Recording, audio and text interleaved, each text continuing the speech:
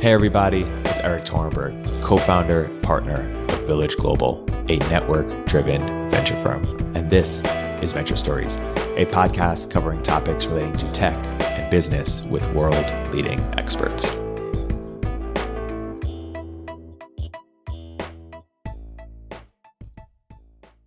Hey everybody, welcome to another episode of Venture Stories by Village Global. I'm here today joined by a very special guest, Brie Wolfson, founder of the Kool-Aid Factory. Brie, welcome to the podcast. Thank you for having me, Erik. In your career, you've spent a few years at Stripe, notably starting Stripe Press. You spent a couple years at Figma, and now you've set out to create the Kool-Aid Factory, where I've had the lucky opportunity to work with you a little bit. Why don't you introduce the audience to what is the Kool-Aid Factory and what are you hoping to create with it? Yeah. The Kool-Aid Factory, I would say, started out as a research project about how great organizations throughout history coordinate to just get stuff done. And through my research, I ended up talking to a bunch of founders, mostly of startups or scaling companies. So that also turned into me doing some kind of consulting and hands-on work with those companies as well. So part research, part hands-on work with companies in figuring out how to coordinate to get things done. And when did you know that you wanted to create the Kool-Aid Factory? Give a little bit of the story of how it came to be. Yeah, so it came together, three threads in my life, I think, sort of converged at a particular moment in time. And the first thread was through my work standing up Stripe Press.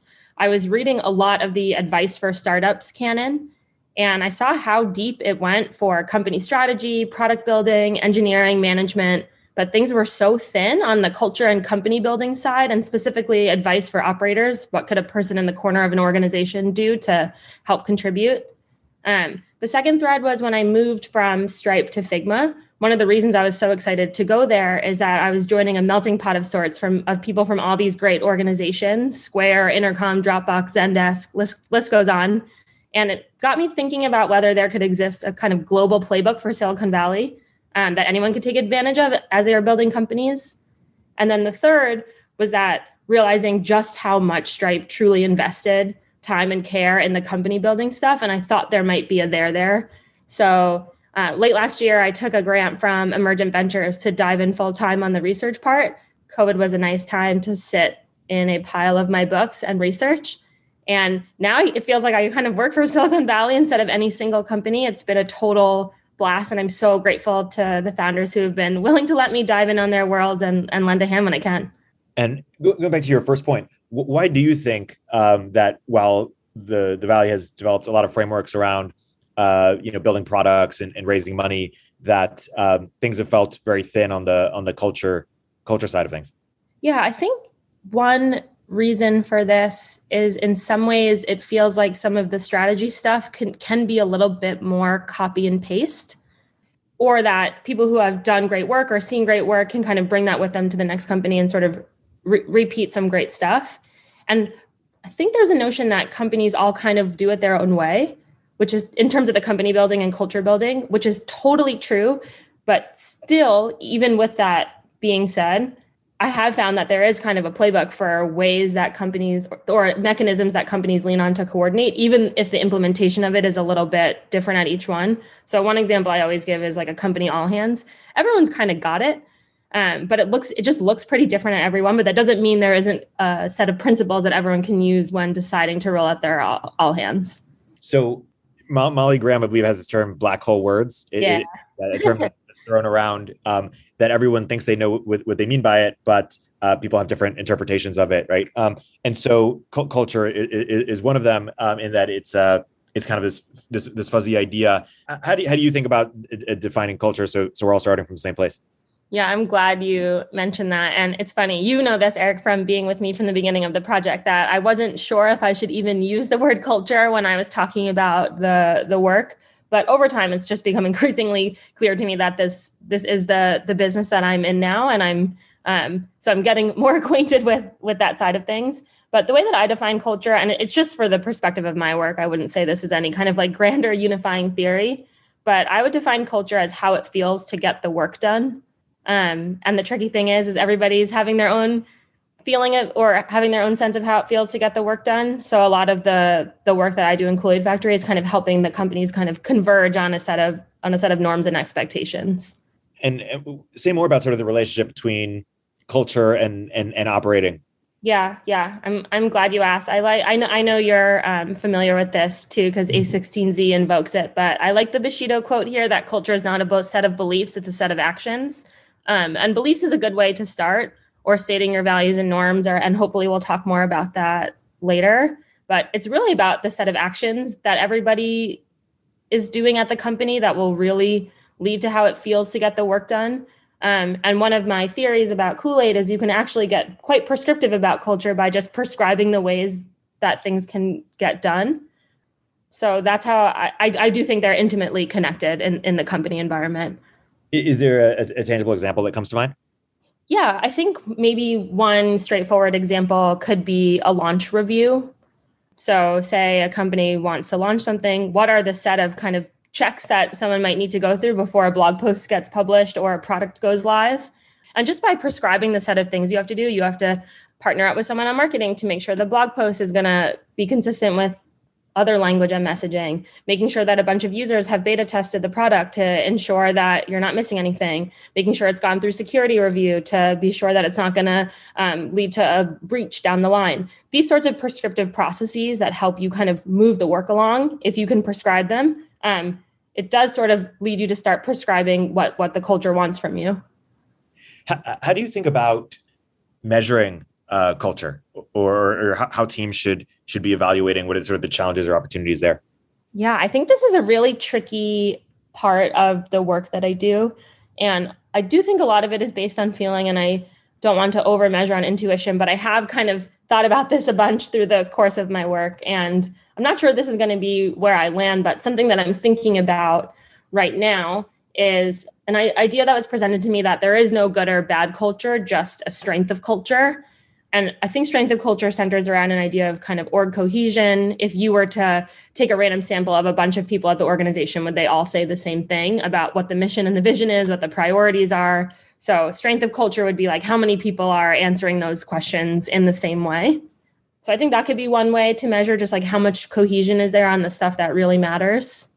I've actually heard one example of a company measuring their culture by asking their users to describe it to them and then seeing what the gap is between how they feel that they operate versus how their users see them, which I thought was pretty interesting. And then I think it's just like kind of, are you proud of the actions of the organization? When you look around, do you see things that feel like you and that you're proud of? Or are you like, ick, that doesn't feel like me, or I don't want to be a part of this? How do you think about this idea of sort of bottoms up versus tops down in terms of culture setting? As in, does it come from the founder, or is it everybody's job? Yep. Yeah, I mean, the culture really does belong to everyone. And I get this question a lot. And I think that culture will almost always start with the founder or the set of founders. And that's because they will probably carry the vision of the company. The company will probably rely on a lot of their natural strengths and inclinations when it comes to what work the company does and how the company does it. But this doesn't mean that the culture equals the founder. And especially as the company is growing, great founders are going to have to evolve to fit the culture to the new needs of the business, organization, product, ecosystem, et cetera.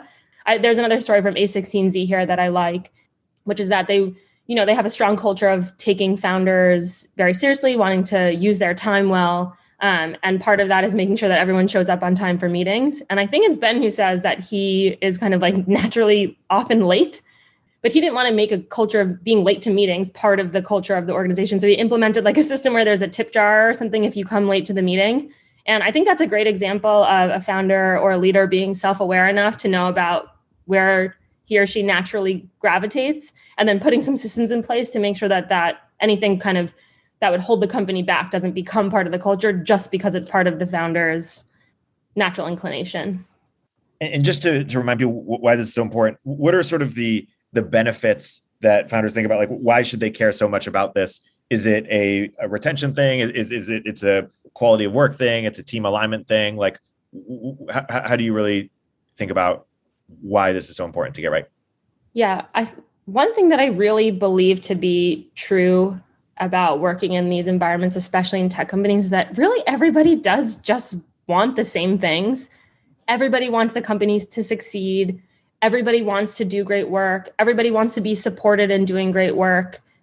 And the more the company can kind of cohere around the ways to do that and to help each other do that, just the more connected employees will feel to each other, and the easier and more satisfying it will be to get the work done. I think company planning is one of like the great examples of this kind of thing, where I think it's one of those things that everybody sort of just bemoans. It's like, meta work about work. We're not doing anything. We're just writing documents about what we intend to do.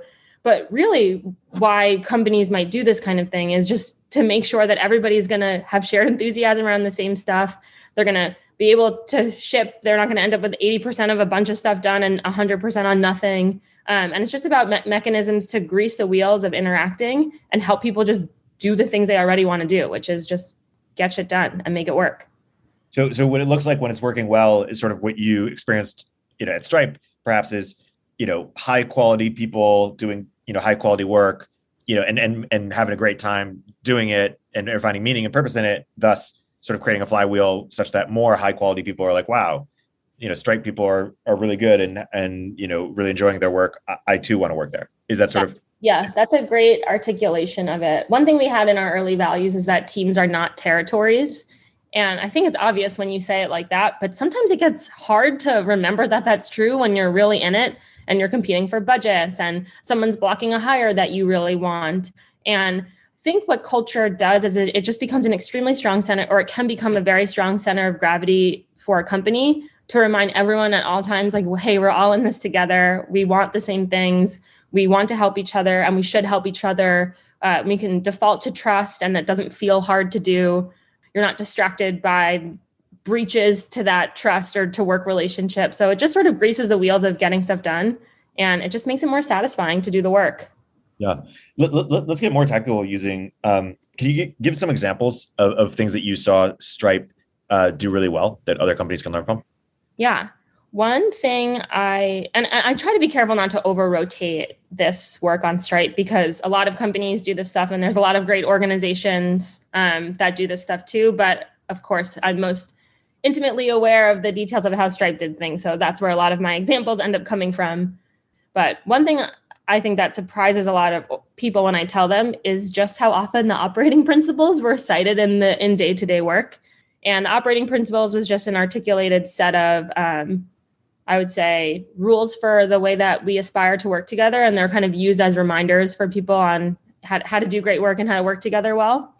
So just you truly could not get through a day at Stripe without hearing them multiple times. They were used in one-to-one conversations in meetings. They were used in all hands for presentations. They were used to set strategy. So I think that articulating the values and then having everybody act as kind of stewards of those with each other is one example of just how much Stripe was kind of invested in this center of gravity for the whole company. What was sort of exceptional about those operating principles, or what's really important to get right? One of the things companies, work with you on is how to create their operating principles. Yeah. I don't know if anything was truly exceptional about the principles themselves, but I think what was exceptional was just how much everybody internalized them and wanted to use them in their own work. And I think that is kind of like an internal comms feat potentially, is just to make sure everyone's aware of them. Everybody understands why we aspire to work in those ways, and then internalizes them to such an extent that they will use them in the run of work with each other. And how did you make at Stripe? How did it become cool to sort of keep this culture going? Yeah, I think that's a good question. And I think a little bit of it was just pride in the company and acting as a good steward of it. And I don't think there's a real shortcut there. I think you just have to see them working. One example of an operating principle from Stripe that I love was what we called the front page test. So the idea there is, if something that you were doing ended up on the front page of the New York Times out of context, would that be okay? And, Stripe is a financial infrastructure company. It takes, security, privacy really seriously. So just kind of seeing how to use front page tests in the run of work, being like, ooh, I don't think we should do this way. Would this pass the front page test? Just like making that so it actually made the work better, to kind of remind each other of that kind of thing all the time, I think just helps you internalize it and then use it, especially as the company's growing fast and ushering in the next generation of people who are going to use it too. So the front page is an example of a norm that you had at Stripe. How do you instill such a norm? I think there's a few vectors where you can do this. One is, I know we talked about this a bunch, signing the values when you start or before you start, getting exposed to them in company onboarding, seeing them show up in the company's praise systems, seeing them come up in the all hands or on these strategy docs. And I think really the leaders of the company have to kind of own the drumbeat on that. If they see something that could backlink to a value, making sure that it's stated. I think language is like the real anchor here. So getting prescriptive about like, what are the literal words that you want people to use, making sure they're kind of meme worthy so that they're easy for other people to repeat and be consistent as they flow through the org. But just making sure there's a lot of outlets for that specific language in all the work the company does, really. Yeah. One of the things that you've taught me a bunch about is the importance of internal comms and treating it like a first-class product. Talk about what it means or why that's so important and what it means or looks like when people are doing that. Yeah. My thinking around this comes a lot from Claire, Stripe's COO, longtime COO. And something that she would always say to me is like, okay, this sounds good, but how are you going to bring other people along? And that's a question now I always ask myself when I'm writing something in public or when I'm working with a company is like, okay, sure, you can say that this thing is true, but how are you going to make everyone else believe it? How are you going to help everyone repeat it on their behalf? And I think a good internal comms approach does exactly this thing. It helps everybody actually understand the decisions of the company. It keeps people aware and context flowing all the time. It acts as like the steward of great communication. It's prescriptive about what language it uses, again, like according to these operating principles, like making sure everyone's using the same kind of keywords and phrases for the stuff that matters. So yeah, it's really just a mechanism in making sure everybody can wrap their arms around the stuff that the company's doing, not only understand it, but kind of like internalize it and embrace it in a way that makes them really feel kind of connected to it. Yeah, that makes a lot of sense. When you think about when culture gets really important, it's after companies start to get some traction. They're starting to hire some people. They're now focused on org building, not just product building. And that's when we started to work with you and found you really valuable. Why don't you talk about what that adjustment is like and why it can be so challenging for people? Yeah, I've never been a founder or a company leader necessarily, but I do work with a lot who are kind of facing this thing. And Erik, this is definitely you too. So chime in if you have other ideas or examples. But I think it's the transition from building the product and kind of focusing on those outcomes. And, let's be real, that's a lot of the reason that founders get into this game is to kind of solve a problem that they are facing themselves on the bet that other people might be having this problem too. And then when it comes to the company building stuff, it's a whole new set of things. And it's an emotional one because it's people's livelihoods in their hands. So I hear a lot of kind of anxiety and stress around it. It's often a new skill set. Yeah, Erik, chime in if any of these things are sounding familiar or unfamiliar to you. Yeah, no, for us, we really scaled our product team and just didn't scale the rest of the org to meet them. And so there are all sorts of new challenges that we hadn't foreseen. And we sort of under the perspective that growth solves all problems, but it actually creates a lot of problems yeah. That it doesn't solve. Yeah, something I think a really natural retort to this, company focus on company building thing is the growth solves all problems thing. And I think it definitely helps you bury the bodies in some ways, but I also think that it's sort of a shallow grave there. And that eventually this stuff is going to come out. And if you're not hearing any problems from or murmurings from within your org, it's probably because people aren't telling you. So yeah, people often come knocking on my door when they've kind of experienced what I call like a breach of culture in some way. There's been some surprise. A founder can't believe that X happened at their company, where X might be a decision was made without you that went in a direction you wouldn't have gone. Someone shares something at all hands that maybe they say is the perspective of the company, but you don't agree with it. Two people are working on exactly the same thing and they didn't know about each other's work. So it's these kind of like surprises that come up and you're like, wow, I can't believe our company has gotten here already. What can we do to kind of like bring it back to center and make sure everyone's staying on the same page?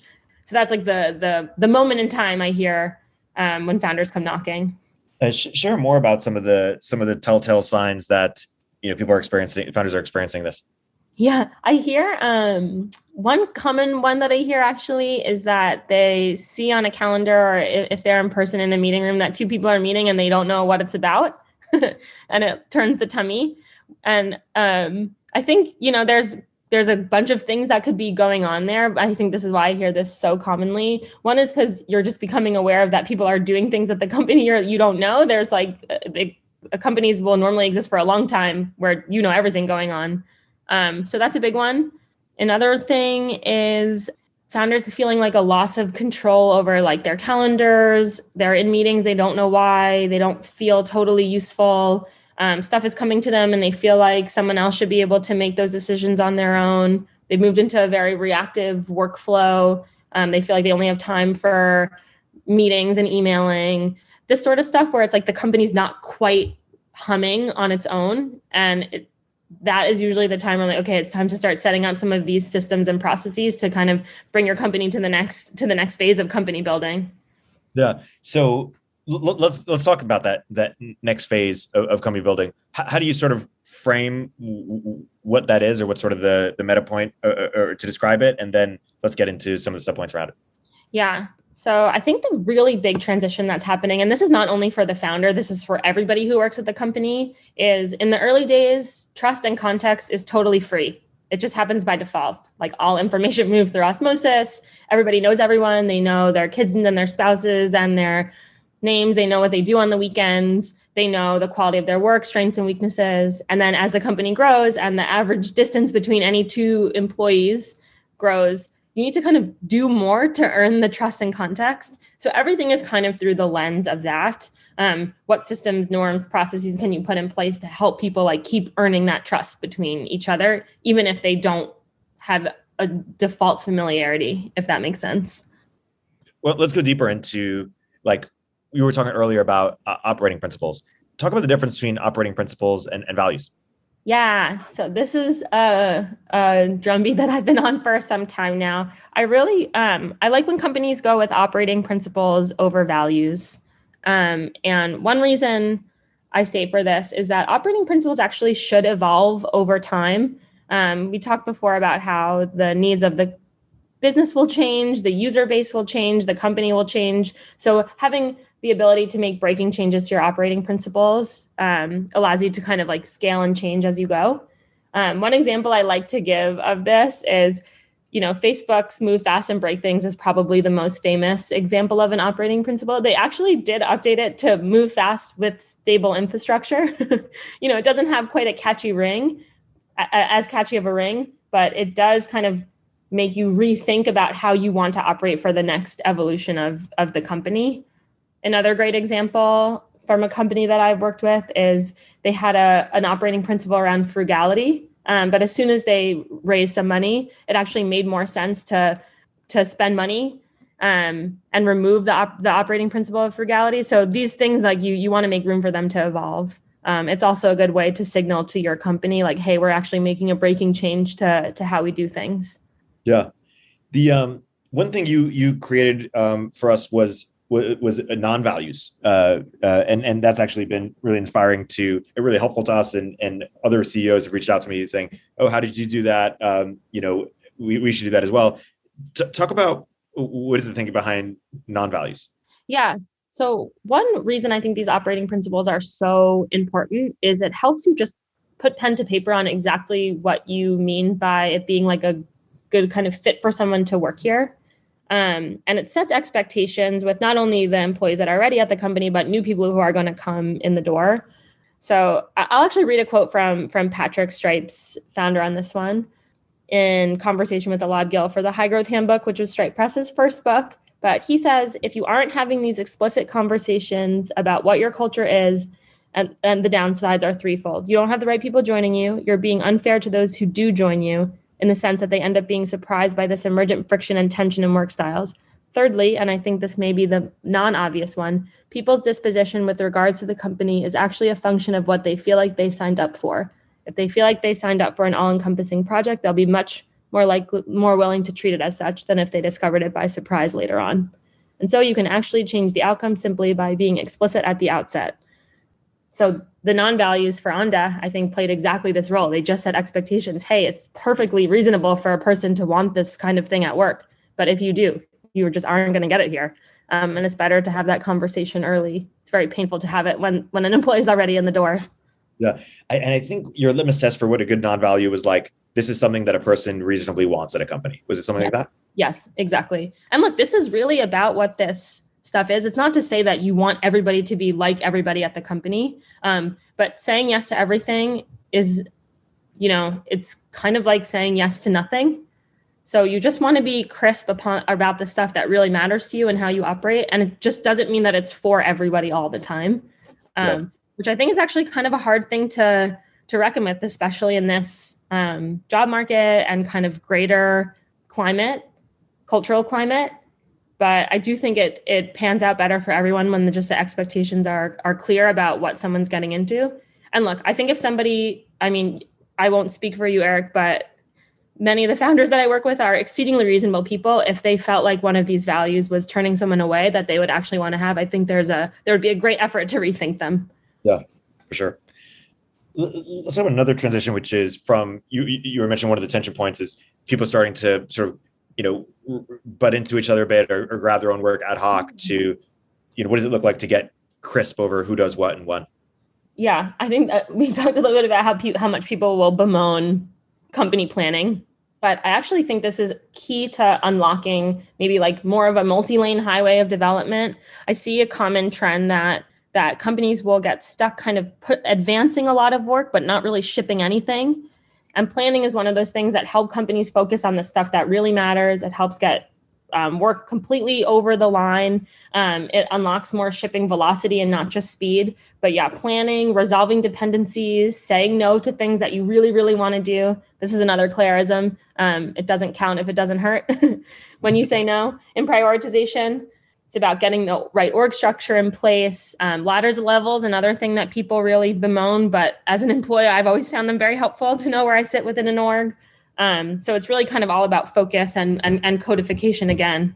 Yeah. And what mistakes do you see people make when it comes to company planning or what else is really important to get right here? Yeah, prioritization is the big one on the planning side of things. Like you're going to have to say no to stuff that you really, really, really, really want to do. I think that's a good sign. Usually there's no scarcity of high priority things to work on. And then along with that prioritization in terms of like decision making and deciding what to work on, it's also staffing that stuff. So a lot of times you can kind of nominally make a decision about what to prioritize and then the org doesn't fall in line behind it. So that's one big one. And then the other one is after you make the plans to set up accountability mechanisms to make sure that teams are actually shipping towards them. So I see a lot of like great plans then just like, get printed out and put on a desk and no one looks at them again. Total waste of time. But setting up some infrastructure or mechanisms to kind of check in on progress on those key priorities is another great thing to do like right as your planning ends. Yeah, that makes a lot of sense. Let's focus on another transition. The idea from sort of as the company scales, founders get less close to the customer and, more removed from how things are actually going. And yes. So how do they, and just leadership in general, sort of stay abreast of what's really happening and stay close to the customer? How do you advise founders in terms of how to create like processes and systems to make that happen?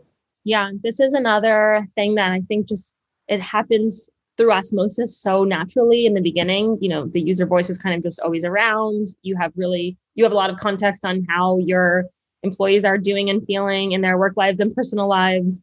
And this is one of those kind of cultural breaches I hear a lot about when founders come to me for the first time. They'll say like, I had no idea that this top performer was going to quit or that this user was about to churn. And they're like, yikes, how did I miss this?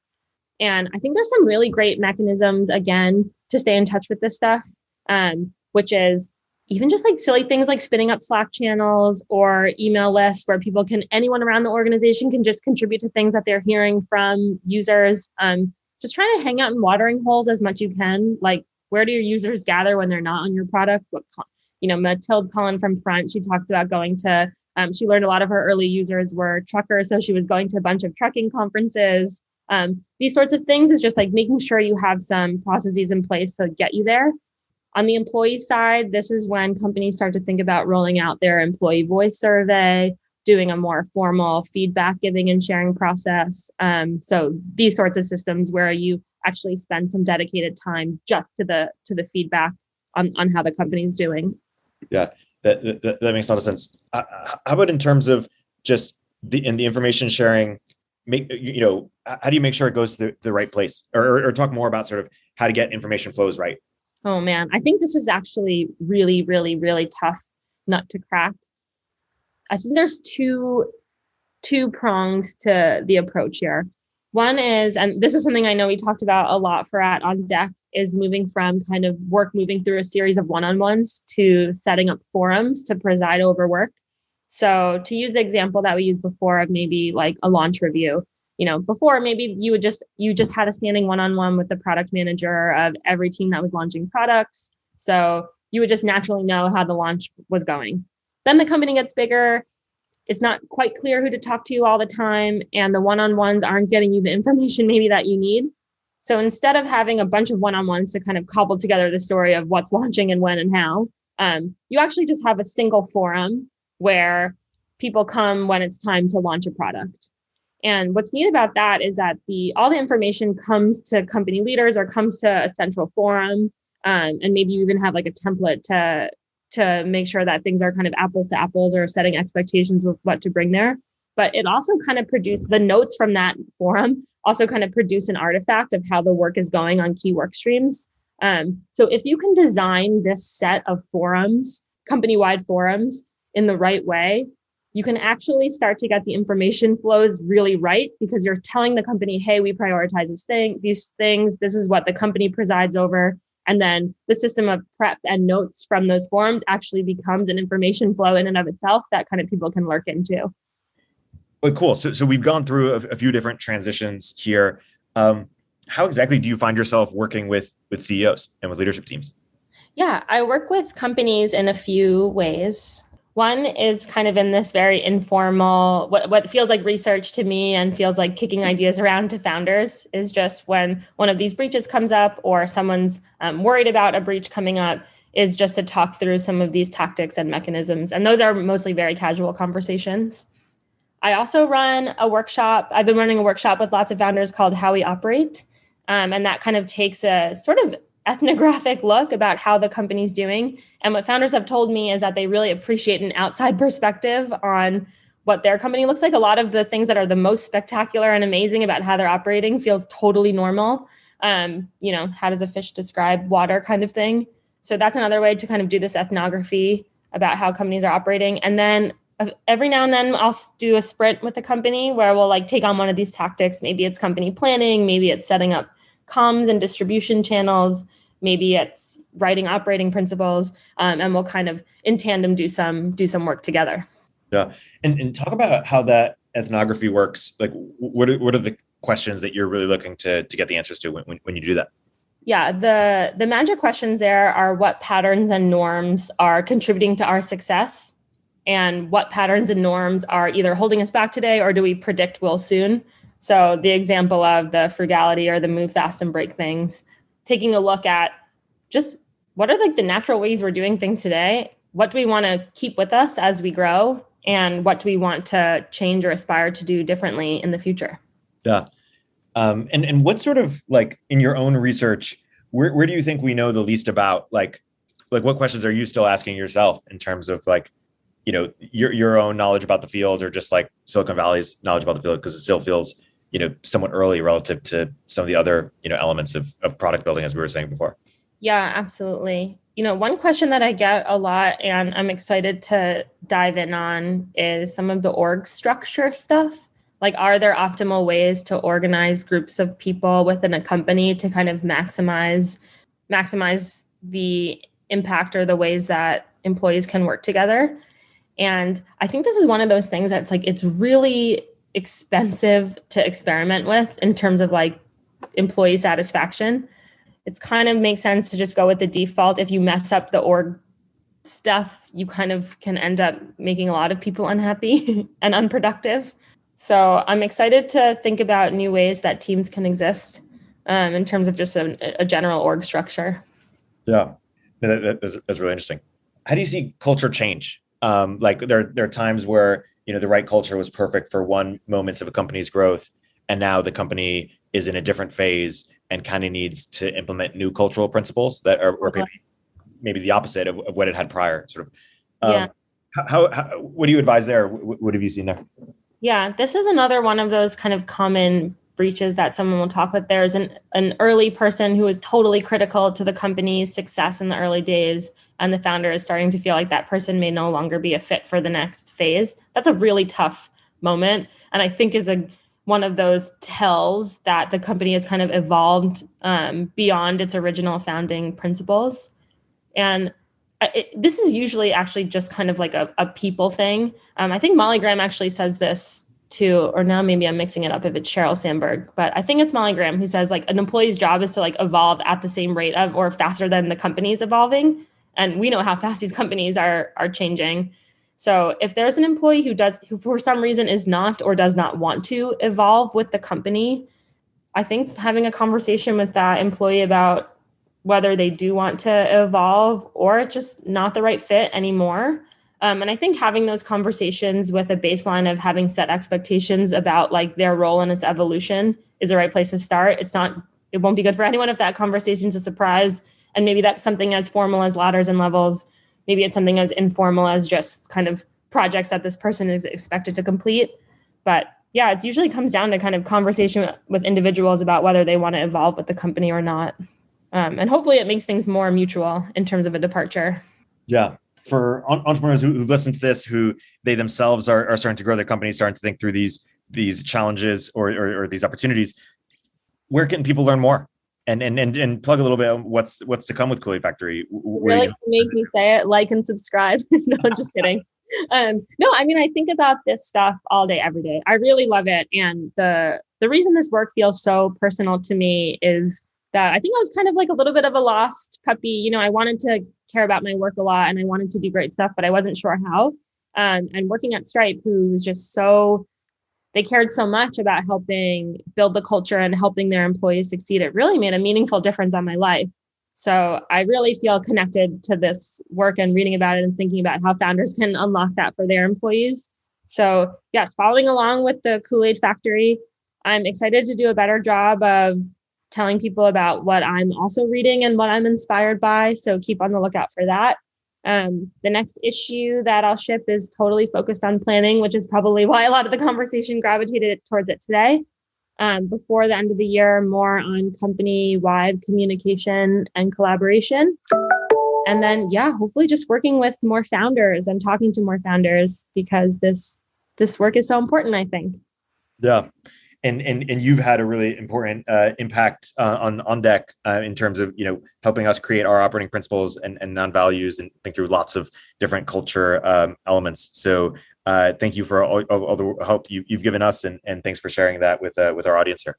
Oh, and thank you, Erik, for the opportunity. I mean, I learn so much all the time through my work, and it's different reading in the books than getting hands-on. So I said this in the beginning, but I'm just so grateful to founders and employees for kind of opening their arms to allow me to do this work and research and think more deeply. And it's just so fun to get to talk about this. I'm thinking about this all day. So thank you for having me.